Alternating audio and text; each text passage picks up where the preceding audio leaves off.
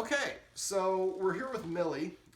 Bentley has decided to, after being corrected once for trying to get up on the furniture, recused himself. So he'll come back in. We don't want to go get him.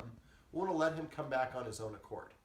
Now for Millie, I asked you earlier, sometimes she will stick her hand or her nose underneath your hand and kind of nudge it up when she wants attention. Mm-hmm. Or she'll jump up on you or scratch at you or bark at you. Mm-hmm. So these are all her ways of demanding attention from you. If she demands attention and you give it to her, then after a while she gets the impression, like I mentioned in the other video, I get to tell the humans what to do and they do it. So I consider petting a dog our way of paying the dog. Now in your situation, because Bentley is a fearful, you've been petting him to try to console and reassure him, and you've been actually nurturing this unbalanced state. Now a great way to flip the script on that is to start asking them to do something, I call these desired behaviors: sit, come, or lie down.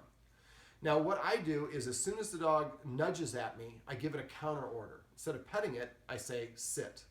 As soon as the dog sits, then I give it the treat. Now the way that I make it sit is I hold the treat in my hand like this. I'm going to ask her to come here, and I go over the head. Sit. Now at the same time, I like to scratch under the chin. Now being a small dog and not knowing me, she wanted to retract herself a little bit. That gives her escapability in case I try to snatch her. So every time in the future that either one of the dogs wants attention from you, I want you to give them a counter order, ask them to sit or to lie down. If they're already here scratching at you, you don't have to ask them to come, but come could be another one in different scenarios. So what will happen is after a while, the dog will start coming up to you and just sitting in front of you and saying, look, I'm sitting, shouldn't you be petting me? And you should, at least whenever you can. Because now the dog is adopting a new behavior to ask you for that. Now your guests will say, what a polite dog. If your dog just comes and sits in front of him and looks up at him, and it doesn't jump up, and then they go over, and most people will reach over and pet the dog. Yeah. Phoenix. And then this way the dog starts to understand the concept. If I want something from the humans, I have to ask for it. Now, what I like to do is I like to start out at this position. Now, if the dog jumps up on its hind legs, I bend at the elbow to say no. I know that you probably taught her to jump and dance, but we don't want that. We just want to sit. Do you say no when you lift? No, that's my way of saying no. So what I do is I start out parallel with the dog's nose, and I go slightly over their head. Sit. Now, I like to pet under the chin at the same time.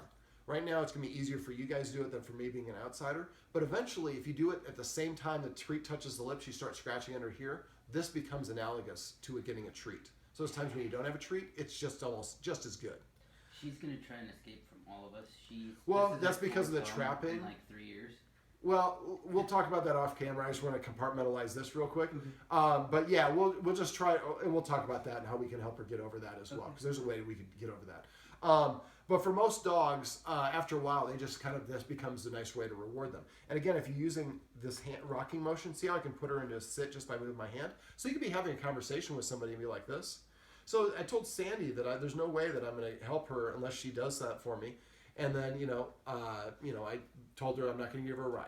So, I was able to have two conversations there simultaneously without even really looking at the dog. I kind of was aware of where the dog's at.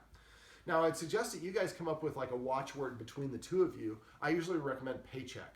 So if you hear paycheck, that means you're petting the dog without a reason. So you immediately pull up your hands, ask the dog to sit. As soon as it sits, then you start petting it and give it the treat. Or, eventually we'll just be able to pet without having to need a treat at all. Even if you had asked the dog to sit and the other person didn't see it because they were out of the room they came in, because we want all of the humans to be on the same page. So if you come in and you're like, paycheck, and you're like, I told him to sit first. No, I didn't see you do it. You're arguing. Now you're showing that there's dissension. If he comes in and you say paycheck, you're like this, sit, and then you ask the dog to sit or lie down. It's not a big chore. The dog sits again, then we do it again. That just gives us another opportunity to practice it. Sit. Sit.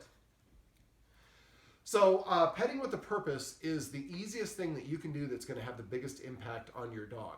Now, after it's going to take you a couple days just to stop reaching over and petting for no reason.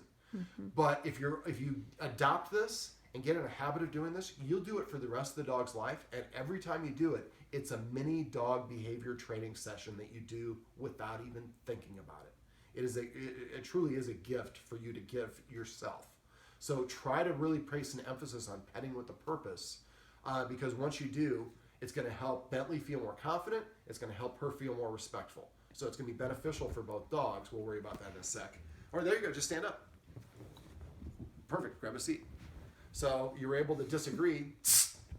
Well, we're going to talk about that off camera here in a sec. Off. There you go.